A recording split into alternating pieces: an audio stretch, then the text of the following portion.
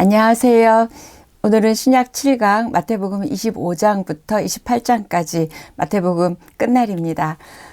25장 1절 그때의 천국은 마치 등을 들고 신랑을 맞으러 나간 열 처녀와 같다 하리니 그 중에 5은 미련하고 5은 슬기 있는 자. 여러분 잘 아시는 열 처녀 비유입니다. 5명은 등도 가졌고 기름도 있어요. 5 처녀는 등은 있는데 기름이 없대요.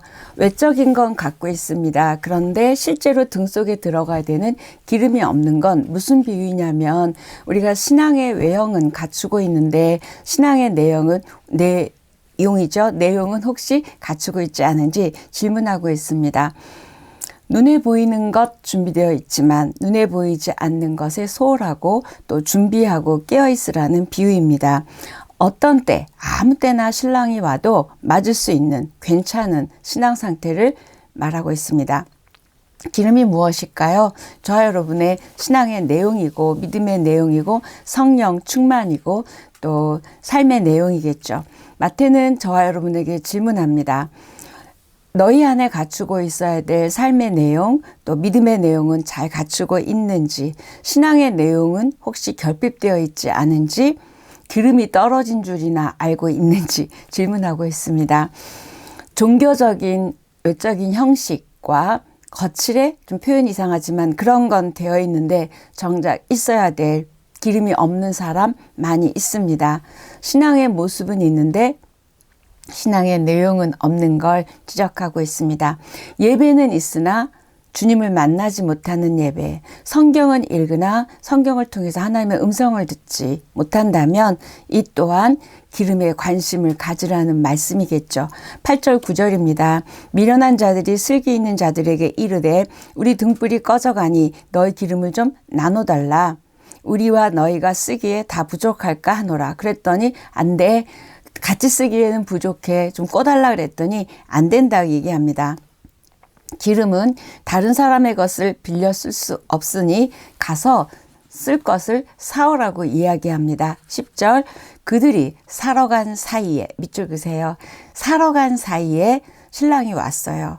그리고 사갖고 와봤더니 문이 닫혀 있습니다. 밑줄 그세요. 사러 간 사이에 문이 닫힌지라. 요 두 마디가 아주 중요한 것 같아요. 우리가 갖추고 있지 않은 내면의 내용이 어떤 것들을 준비하러 간 사이에 문이 닫히고 주님은 오신다는 거죠. 저 여러분이 이렇게 아무 일 없듯이 살고 있지만 언젠간 문 닫힐 날이 온다는 거죠. 문 닫히기 전에 저와 여러분의 기름이 준비되어지고 신앙의 내용, 삶의 내용이 준비되어지고 또 은혜 받을 때에 은혜 받고 문 닫히기 전에 회개도 하고 다시 우리 한번 신앙을 점검하는 그런 신약 읽기가 됐으면 좋겠습니다. 문 닫힐 날이 올 텐데 영혼의 기름이 떨어진 줄 모르고 있다면 그 영혼의 기름이 떨어졌다는 건 사인이 있어요. 뭐냐면 예배에 감격이 없고 말씀을 읽고 싶지가 않고 읽어도 무슨 소리인지 모르겠고 사랑이 식었고 짜증이 나고 삶이 지루하고 희망도 없고 기쁨도 없고 감사도 없다면 영혼의 기름 한번 점검해 보셔야 될 것 같습니다. 주님이 다시 한번 질문합니다. 너는 기름이 떨어진 줄 알고 살아가고 있니? 저와 여러분에게 질문하고 계세요.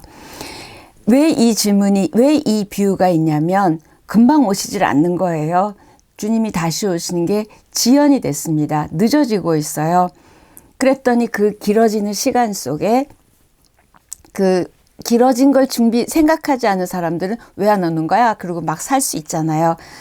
그 비유가 바로 이 비유이고 지금 이 기름 비유한 다음에 바로 이어지는 게 또 여러분 너무 잘 아시는 달란트 비유입니다. 14절부터 30절까지인데요. 이 유명한 달란트 비유는 깨어서 기름을 준비하라는 앞에 그 5 처녀의 비유랑 마찬가지로 그러면 뭘 준비해야 되냐는 거예요. 기름을 준비해라? 그럼 무슨 기름을 준비하냐? 5달란트, 2달란트, 1달란트 주었는데 다 조금씩 더 남겼는데 1달란트 준 사람은 왜 그대로 있었던 얘기 여러분 잘 아시죠? 이 메시지가 주는 게 굉장히 많습니다. 그거 여러분 혹시 읽으실 때 이 사람이 뭘 잘못했지? 그대로 잘 보관했다가 남겼는데 이 비유는 악하고 게으른 종이라고 이야기합니다. 그 1달란트 그대로 묻었다가 준 사람이 열처녀 비유에서는 마태복음의 종말론의 중심인 준비하고 깨어있음이 무엇인지를 이야기했다면 지금 이 달란트 비유에서는 그 하나님이 주신 것들을 어떻게 더 남기고 그 주신 것들로 어떻게 하나님의 나라를 위해서 쓰였나를 보고 있습니다. 준비하고 깨어있는 게 단순히 믿음을 지키고 시간이 오겠지 하고 기다리는 그런 수동적인 자세를 말하는 게 아니라 받은 것 있으면 그거 가지고 수동적인 기다림이 아니라 적극적으로 능동적으로 받은 걸 가지고 하나님의 나라와 복음을 위해서 살으라는 비유입니다. 다시 말하면 여러분에게 있는 믿음, 여러분에게 주신 하나님 주신 것들을 활용하라는 거예요. 주님 오실 때까지 그것들을 잘 활용해서 잘 살아라 라고 말씀하십니다. 그러면 종말 시대에 잘 산다는 건 어떻게 사는 걸까요? 착하고 충성된 종, 악하고 게으른 종, 이 말을 그렇게 하시는데 충성의 반대는 그러면 게으름이겠네요. 그렇죠? 착하고의 반대가 악하고고 충성된 종인데 게으른이라 그랬으니까 충성의 반대가 지금 이 마태복음 25장에서는 게으름입니다. 주님 오심을 기다리는 우리들에게 영적인 게으름, 삶의 게으름을 지금 지적하고 있습니다. 종말에 깨어 준비한다는 건 다시 말하면 충성된 종으로 살라는 거예요. 충성된 종으로 산다는 건 뒤집으면 악하고 게으르지 않게 살라는 거죠. 하나님 나라를 위해서 우리가 어떻게 사는 것이 악하고 게으르지 않게 사는 건지 오늘 말씀하고 있습니다. 14절에 보면 자기 소유를 맡긴 것 같으니 이때 맡겼다라는 말이 12절, 21절, 23절, 27절 4번이나 나와요. 한번 밑줄 그어주세요. 맡겼다. 우리 하나님이 우리에게 맡겼대요. 자기 소유를. 나한테 주어지신 건 아니라 하나님 거예요. 그걸 맡겨주신 거예요. 주인이 내 돈이라고 이야기합니다. 무슨 의미냐면 우리가 가진 모든 것은 하나님 거라는 거죠. 하나님께서 주신 것을 그 자원을 가지고 지금 내가 그대로 남겨둘지 아니면 더 적극적으로 게으르지 않게 활용해서 더 무언가를 남겨야 될지에 대한 말씀입니다. 예를 들면 생명 내 것이 아닙니다. 시간 내 것이 아닙니다. 건강, 물질 더더욱 내 것이 아닙니다. 건강을 잃어보면 재물을 잃어보면 내 것이 아니었다는 걸 알 수 있죠. 저는 한번 전 재산을 잃어봤거든요. 그랬더니 진짜 제 거가 아니라 하나님이 허락되어지고 주시는 거죠. 그 주신 건강, 물질, 시간, 믿음 무엇이든 좋습니다. 또 여러분 잘 아시는 은사들 있죠. 그것들을 가지고 지금 뭐를 남길 것이냐. 이 말씀의 비유가 달란트 비유입니다. 하나님 나라를 위해서 사용하는 모든 것들은 달란트입니다. 다 달란트는 달라요. 어떤 달란트는 좋은 거고 어떤 건 아니고 그렇게 말할 수 없습니다. 하나님은 그러면서 이렇게 말씀하세요. 작은 일에 충성했다 그래요. 왜 작은 일이라 그러실까요? 하나님이 전능하시고 정말 무엇이든 하실 수 있는 하나님이 비하면 우리가 할 수 있는 가지고 있는 건 너무 작은 거죠. 그런데 그 작은 것 가지고 충성되게 하나님 나라를 위해서 썼을 때 하나님께서 충성되다고 말씀하셨습니다. 보잘것없지만 하나님에 비하면 너무나 작은 거지만 그 작은 것들이는 충성을 보시고 큰 것으로 갚아주시는 우리 하나님이시죠. 진정한 충성이란 작은 것에 진실과 진정과 정성을 다하는 거예요. 큰 일은 열심히 하고 아주 잘하는데 작은 거 우습게 여기고 그러면 안 된다는 거예요. 사실 우리 인생 가운데 작은 일이 모여서 큰 일이 되지 큰 일부터 우리에게 팍 주어지지는 않잖아요. 제가 어디서 읽은 글인데 소인은 크고 특별한 것에만 충성하고 위인은 평범한 것에 충성하고 성자는 작은 일에 충성한다. 이런 말이 있더라고요. 멋있죠? 저와 여러분이 하나님 주신 작은 것 충성되이 더 남기는 저와 여러분 됐으면 좋겠습니다. 충성은 하나님을 위해서 바쁘게 신나게 살라는 부르심이에요. 충성, 그럼 우리가 왜 군인 그 생각 들잖아요. 그게 아니에요. 주님을 위해서 열심히 정성스럽게 바쁘게 살라는 부르심입니다. 착하고 충성된 종, 악하고 게으른 종, 게으르지 않는 것이 충성된 거죠. 지금 요즘 90일 여러분 성경 읽으시죠? 또 새벽 예배 참석하시죠? 또 신약까지 덤으로 또 하고 계시죠? 이것 정말 여러분 너무 바쁘시죠? 이런 게 바로 충성된 삶입니다.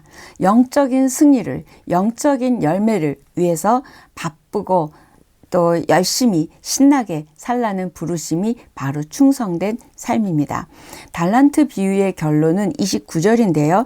무릇 있는 자는 받아 풍족하게 되고 없는 자는 그 있는 것까지 빼앗기리라. 이렇게 달란트 비유를 마무리하고 있습니다. 충성된의 반대가 뭐라 그랬죠? 게으름입니다. 충성의 역적 게으름. 그럼 게으름에 대해서 조금 이야기한다면 저와 여러분은 약간 착각할 때가 있는 것 같아요. 부지런함을 가장한 게으름이에요. 엄청 바빠요. 그런데 나만을 위해서 너무 바쁜 건 그건 바쁜 게 아닌 거예요. 중요하지 않은 일에 바쁘고 사람 너무 만나느라고 바쁘고 자기 일에 너무 바빠서 하나님 일에 하나님 앞에 써야 될 시간에 게으른 것을 말하고 있습니다. 근데 우리는 내 일에 너무 바쁘니까 열심히 산다고 게으르지 않다고 착각할 수 있습니다. 한 달란트 받은 종이 묻어두고 가만히 있었을까요? 아니잖아요. 아마 자기 일로 엄청 바쁘게 왔다 갔다 하고 자기 일 열심히 했을 거예요. 세상 일에만 몰두하고 바쁜 것이 게으름입니다. 자기에게 주신 달란트를 가지고 세상의 것들만 위해서 사는 것, 하나님 나라를 위해서 쓰이지 않는 것, 건강, 시간, 물질, 은사 많은 것 있습니다. 하나님 나라를 위해서 하나님의 사람들을 위해서 쓰이는 저와 여러분 됐으면 좋겠습니다. 다시 말하면 하나님이 원하시는 그 우선순위에 따라서 삶을 조정해야 됨을 말하고 있습니다. 현대인들은 예배의 자리, 말씀 읽는 자리, 영적 모임에 이유가 많고 핑계가 많고 바빠서 오지 않아요. 이건 게으름입니다. 중요한 일에 바쁘고 중요한 일에 집중하는 것이 종말론적 충성임을 지금 달란트 비유는 이야기하고 있습니다. 요즘처럼만 지내시면 됩니다. 아름다운 하나님의 사람 맞습니다. 충성 맞습니다. 여러분 너무 바쁘시잖아요. 요새 말씀 속에서.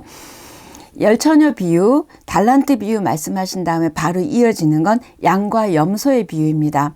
그리스도인이 나뉘는 거예요. 양과 염소로. 심판의 기준이 뭐였냐면 나눔입니다. 나눔과 섬김. 냉수 한 그릇을 준 것이 양과 염소로 나누는 기준이에요. 인자의 심판이 오는데 양과 염소로 나뉘는데 양은 영생을 말하고 염소는 영벌을 말하죠. 지극히 작은 자를 외면했기 때문에 영벌을 받는 것 지금 이야기하고 있습니다. 나눔과 섬김으로 어떻게 이걸로 그렇게 하실 수 있냐? 하나님 나라의 가치관은 나눔과 섬김의 나라이지요. 하나님 나라가 이루어지는 건 저와 여러분의 이런 나눔입니다. 26장입니다. 마태복음에서 가장 긴 장 75절이나 돼요. 엄청 긴데요. 이 긴 장이 26장인데 20절에 보면 저물 때에 요 밑줄 그시고요. 그 다음에 27장 57절에 저물었을 때가 또 나와요. 거기도 밑줄 그세요. 그러면 20절에 있는 그 26장 20절에 있는 저물 때와 27장에 있는 저물었을 때에 보니까 112절이 그 사이에 끼어 있어요. 이 112절 사이가 무슨 내용이냐면 마지막 만찬, 겟세마네 기도, 체포, 심판, 십자가 처형, 무덤 매장까지 다 들어 있습니다. 저물 때에 그 다음에 여기 저물었을 때 요 사이에 112절이 지금 이 많은 일들을 쓰다 보니까 26장이 길어진 거예요. 그리고 이 많은 사건들이 하루에 벌어졌습니다. 하루 동안에 일어난 일이에요. 이 급박한 하루를 다루고 있는 마태복음 26장과 27장을 예수님의 순환사라고 이야기합니다. 예수님이 고난받으신 거죠.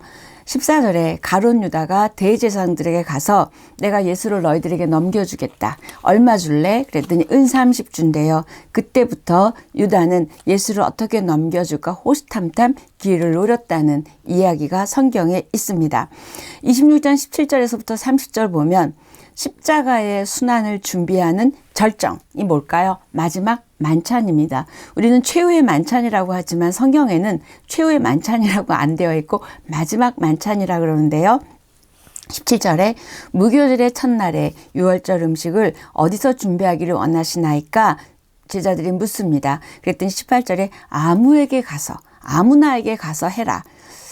이 아무나 가도 된다는 뜻이 뭐냐면 제가 어떻게 하면 설명을 쉽게 할까? 우리 호남 지방에 보면 거시기 있죠. 거시기. 그러니까 하나님께서 준비해 놓으신 어떤 거시기가 있다는 거예요. 마가복음과 누가복음에는 구체적으로 기록되어 있어요. 물 한 동이를 가지고 가는 사람을 만나 그를 따라가면 이 마지막 식사를 준비한대요. 근데 지금 마태에서는 그렇게 아무나 거시기입니다. 결국 이 거시기라는 이 아무나는 이게 마지막 식사에 쓰일 걸 알았을까요? 몰랐을 거예요. 그런데 그것이 이렇게 기가 막힌 마지막 식사에 쓰임을 받았습니다. 저와 여러분의 작은 섬김도 어떻게 보면 기가 막힌 하나님 나라의 일에 우리가 쓰일 줄 모르고 했는데 이렇게 아무나가 했던 것처럼 우리도 하나님 나라의 도구로 쓰임받을 수 있음도 볼 수 있습니다. 가룟 유다가 누구인지 마태는 굉장히 예리하게 파헤치는데요. 22절에 보니까 제자들은 주여 나는 아니죠. 이 중에 누가 나를 팔 자가 있다 이렇게 얘기를 하니까 제자들은 주여 저는 아니죠. 이렇게 얘기했어요. 그 주여 밑줄 22절. 그랬더니 25절에 유다도 얘기합니다. 라삐요 나는 아니지요. 얘기합니다. 이때 라삐요 밑줄 그세요. 마태복음에서는 불신자들이 그러니까 예수님 안에 믿지 않는 자들이 예수를 부를 때 랍비라고 불렀어요. 랍비는 선생이여 이 뜻이거든요. 그런데 유다가 주여라고 부르지 않고 랍비라고 불렀다는 걸 마태는 놓치지 않고 기록하고 있습니다. 결국 유다는 예수님을 믿지도 않았고 그 다음에 예수님의 제자도 아니었다는 거예요. 이미 제자 안에 들어와 있었지만 처음부터 예수님을 받아들였고 믿은 사람은 아니다라고 마태의 예리한 통찰이 나와 있습니다. 가롯 유다가 예수님을 랍비라고 불렀다는 기록은 복음서 중에 마태에만 있습니다. 굉장히 귀한 통찰인 것 같아요. 마태가 보는 유다는 처음부터 신자도 아니었고 제자도 아니었습니다. 그래서 그런 자가 팔았다는 이야기를 하고 있는 거죠. 26절, 28절까지 보면 마지막 만찬의 자리에서 예수님께서 이렇게 이제 떼어서 주고 이 중에 중요한 동사 4개가 나옵니다. 밑줄 그으세요. 가지시고 축복하시고 떼어 주셨대요. 자, 이 단어 이걸 가지고 헬레나오에는 이 4 동사를 가지고 글을 썼더라고요. 이 4 동사는 그리스도인은 누구인가? 그리스도인은 어떤 정체성을 가지고 어떻게 살아야 되는지가 가지사 축복하시고 떼어 주셨대요. 가졌다는 건 우리 하나님이 우리를 가졌다, 테이크, 취했다. 우린 그런 자라는 거죠. 축복하셨대요. 음식에 축복한 걸 우리는 그렇게 하나님의 축복을 받은 자다. 헬리나우엔의 설명입니다. 떼었다. 우리는 이렇게 떼어서 분리해서 나누어 줘야 되는 나를 깨트리고 나를 나누어 줘야 되는 삶이라는 걸 이야기하고 그다음에 주었다. 그분이 우리에게 생명을 주신 것처럼 우리도 생명을 받은 자가 복음을 나누어 줘야 된다고 헬리나우엔이 이야기하고 있습니다. 28절. 이것은 죄사함을 얻게 하려고 많은 사람을 위하여 흘리는 바 나의 피 곧 언약의 피니라. 예수님이 이렇게 음식을 떼어서 나눠주신 그걸 가지고 지금 28절 밑줄 그어주세요. 죄사함을 얻게 하려고 많은 사람을 위하여 흘리는 바 나의 피 곧 언약의 피라. 먹어라 마셔라 얘기했잖아요. 내가 죽음으로 출애굽기에 있었던 그 6월절 희생양이 내가 될 것을 선포하고 보여주고 있습니다. 예수 그리스도의 죽으심, 예수 그리스도의 보혈 통해서 우리가 구원받고 우리가 죄나 지옥이나 사망의 권세로부터 해방되었음을 말씀하는 게 28절이었습니다. 32절 보니까 내가 살아난 후에 너희보다 먼저 갈릴리로 가리라. 이 말씀이 지금 밑줄 그어주세요. 또 28장 마지막 장에 또 중요하게 나오게 됩니다. 지금 제가 언급해 드렸어요. 27장입니다. 1절 2절에 보니까 빌라도에게 넘겨지고 로마 법정에 서게 되는 예수님입니다. 22절 쭉 읽으시다 보면 이제 십자가에 매달게 되고요. 24절 빌라도가 아내의 말을 듣고서 잠깐 갈등하는데 진리를 외면하고 나는 책임이 없다고 하는 내용들이 쭉 이어집니다.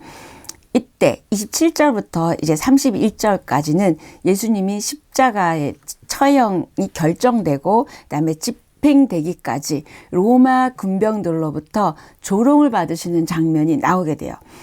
27절부터 31절입니다.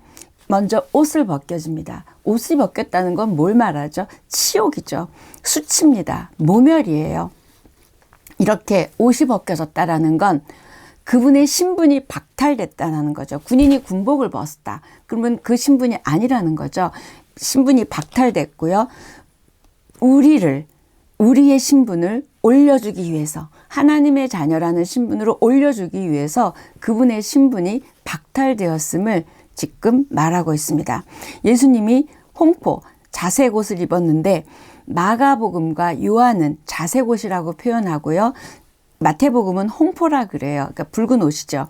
이 자색 옷은 홍포는 왕만 입을 수 있었습니다. 예수님에게 이 옷을 입혀놓고 비웃는 거예요. 조롱하는 거예요. 네가 왕이야? 그러면서 그 옷을 입혀놓고 지금 우스꽝스럽고 좀 웃기는 그런 걸 만들어 놓고서 합니다. 왜 홍포일까요? 그들은 장난하려고 입혔지만 사실은 우리의 죄 때문에 그분이 피를 흘리셨죠. 죽으셨죠. 그 피 흘림이 그 붉은 피가 결국 우리를 죄사함을 없애주신 거예요. 혹시 죄의식 때문에 여러분 힘드신 분 계세요? 십자가의 보혈의 피를 보십시오.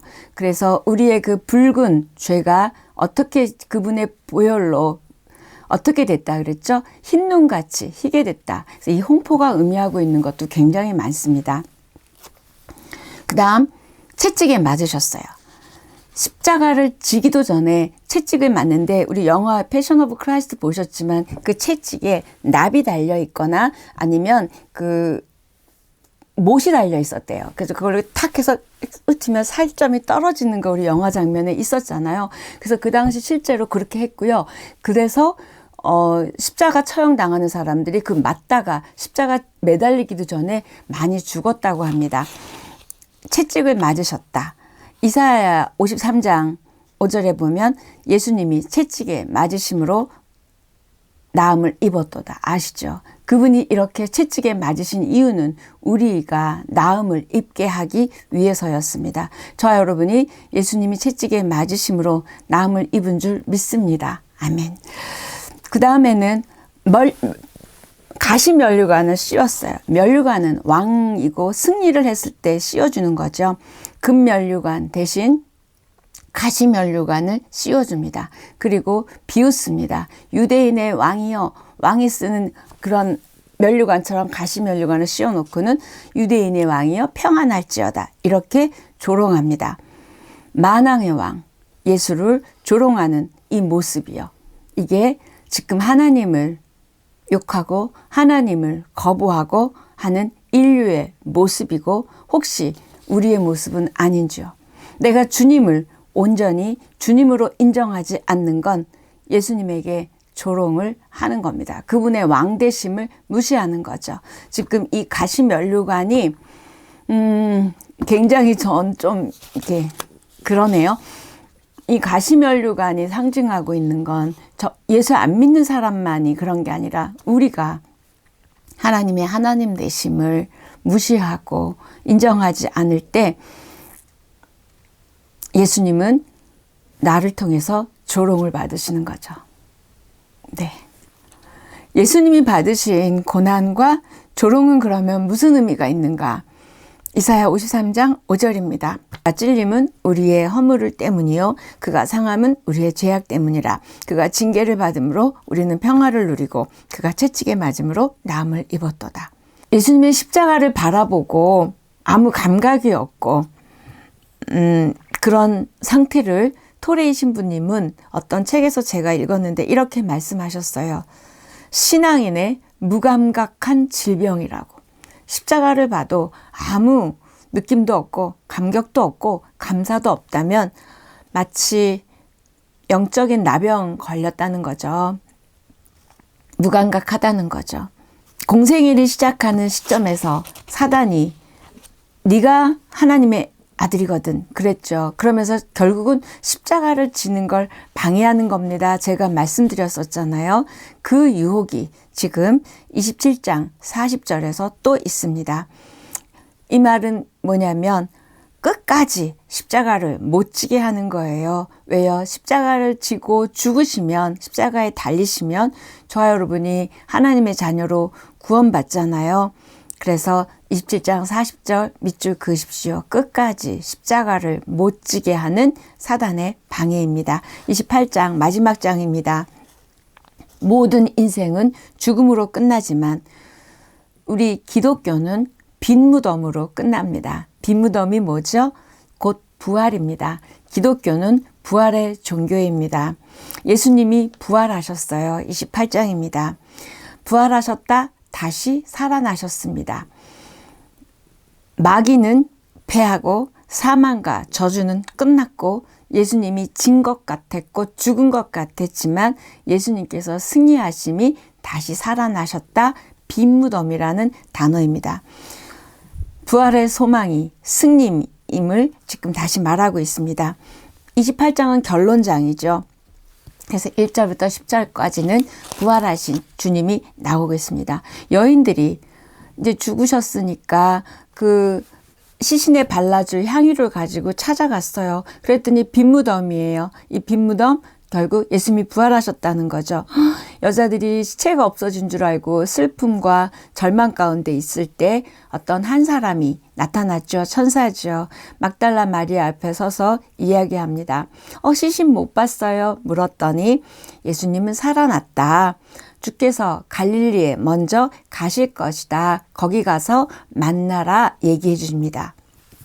놀란 여인들이 예루살렘으로 뛰어가서 이야기합니다. 주님께서 부활하셨어요. 갈릴리에서 만나자고 하셨어요. 이 이야기를 전하게 됩니다. 갈릴리에서 만나자 아까 26장에서도 있었잖아요. 이 말씀이 도대체 그러면 무슨 의미일까? 부활하셨는데 갈릴리에 먼저 가 계신다는 거예요. 이 말씀은 사실은 예수님이 잡히시기 전에도 몇 번 이야기하셨어요. 아까 26장 32절에 있었잖아요. 그런 것처럼 몇 번 이야기하셨습니다. 왜 갈릴리에서 만나자고 했을까? 그러면 이 말은 도대체 어떤 의미일까? 이야기합니다. 죽음의 공포에 떨던 제자들이 부활의 소망, 부활의 승리를 주시기 위해서였습니다. 예수님이 3일 만에 내가 다시 살 거다라고 제자들에게 얘기했었잖아요. 그런데 제자들이 웬만하면 좀 죽었으면 3일만 좀 기다렸다가 갈릴리로 가도 됐는데 돌아가시자마자 다 뿔뿔이 흩어졌고 자기 고향 갈릴리로 돌아가게 됩니다. 정말 예수님이 살아계셨을 때 내가 3일 만에 다시 살아나겠다는 말을 아무도 안 믿은 거예요. 아무도 안 기다리고 다 가버렸습니다. 왜요? 그들은 예수님이 로마를 정복하고 진짜 왕이 되면 한 자리 차지할 줄 알았잖아요. 그 현장에 부활하신 주님이 다시 가셨다는 것은 무슨 의미일까? 절망의 순간이죠. 그들은 지금 절망해서 가나안 갈릴리로 돌아갔어요. 그 절망의 순간, 절망의 자리에 오시는 분이 주님이시고요. 그 절망의 장소가 예수님께서 오시는 공간이고요. 절망은 하나님을 만나는 자리입니다. 저 여러분 혹시 절망하고 있습니까? 코로나가 끝나지 않고 내 문제 여러 가지 있들 때문에 절망하고 있습니까? 주님이 오시는 갈릴리 자리가 되기를 축복합니다. 부활의 주님, 상처가 있는 곳, 또 실패가 있는 곳, 좌절과 절망이 있는 곳에 오신다는 걸 말하고 있고 그것이 바로 소망의 복음이죠. 예수님이 부활하셨다는 것이 복음입니다. 갈릴리는 어떤 곳인가 가만히 생각해 보면 11명의 제자들이 다 부름을 받은 곳이 갈릴리예요. 어떤 것이죠? 첫사랑, 주님을 만나서 불렀을 때 쫓아간 첫사랑이 있는 곳이죠. 전부 또 갈릴리에서 예수님이 가르치셨고 복음을 전파해 줬고 고치셨습니다.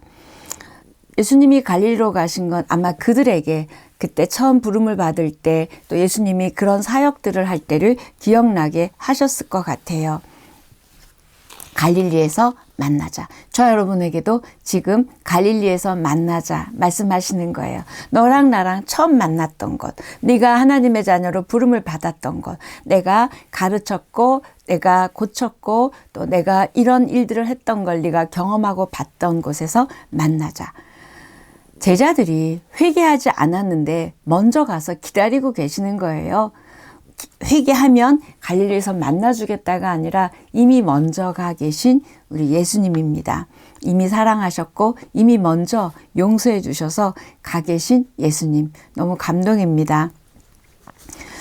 예수님 죽는 거 보고 죽음이 두려워서 갈릴리 여기저기 숨어 있던 제자들의 모습이 바로 저와 여러분의 모습입니다. 숨어 있던 제자들이 부활의 주님을 만나고 달라졌어요.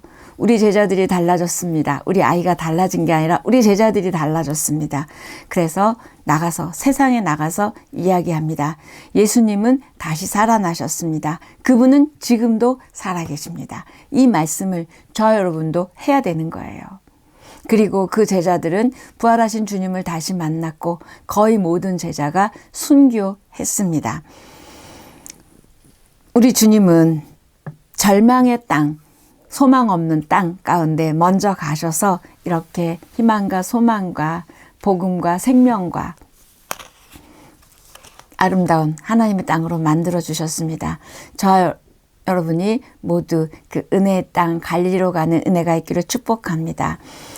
상처와 실패와 좌절과 절망이 있으세요? 예수님 부활하셨습니다. 예수님 부활하셨다는 건 부활하셨구나, 내가 죽으면 부활할 거야, 이 차원이 아니라 지금 우리의 삶에서 다시 회복하고 다시 승리하고 다시 살아날 수 있음을 말씀하고 있습니다. 16절에 11제자라고 마태가 정확하게 얘기합니다. 마태는 여태까지 12제자라고 이야기했는데 왜 여기에서 굳이 11제자라고 밝히냐면 또 다른 유다가 나와서는 안 된다는 걸 의미하고요. 또 하나는 이제 지상명령 16절, 17절, 18절 지상명령 말씀하시잖아요. 그 지상명령에서 제외되는 사람이 되어서는 안 된다를 이야기하고 있습니다. 마태는 이 위대한 지상명령이라 그러죠. 최후명령, 이것이 갈릴리라고 분명히 마태가 이야기합니다. 그 갈릴리에 밑줄 그어주세요. 그 예루살렘에서 죽으셨는데 왜 갈릴리에서 지상명령을 얘기하셨을까? 많은 의미가 있겠죠. 또 왜 마태는 굳이 갈릴리에서 이 말씀을 하셨다고 밝히는 의도가 있습니다. 마태의 관심은 모든 민족이 복음을 받는 거예요. 그래서 28장 18절에서 20절 밑줄 그어주시고 마태복음 결론 중에 결론입니다.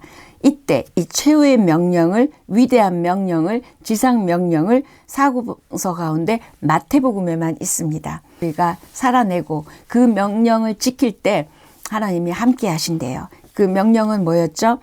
3가지입니다. 가서 세례를 베풀어라, 가르쳐 지키게 하라, 복음이 전하여져서 하나님을 믿는 자녀들이 많아지게 하라. 그렇게 할 때 내가 너희와 함께 하겠다. 임마누엘 약속을 해주셨어요.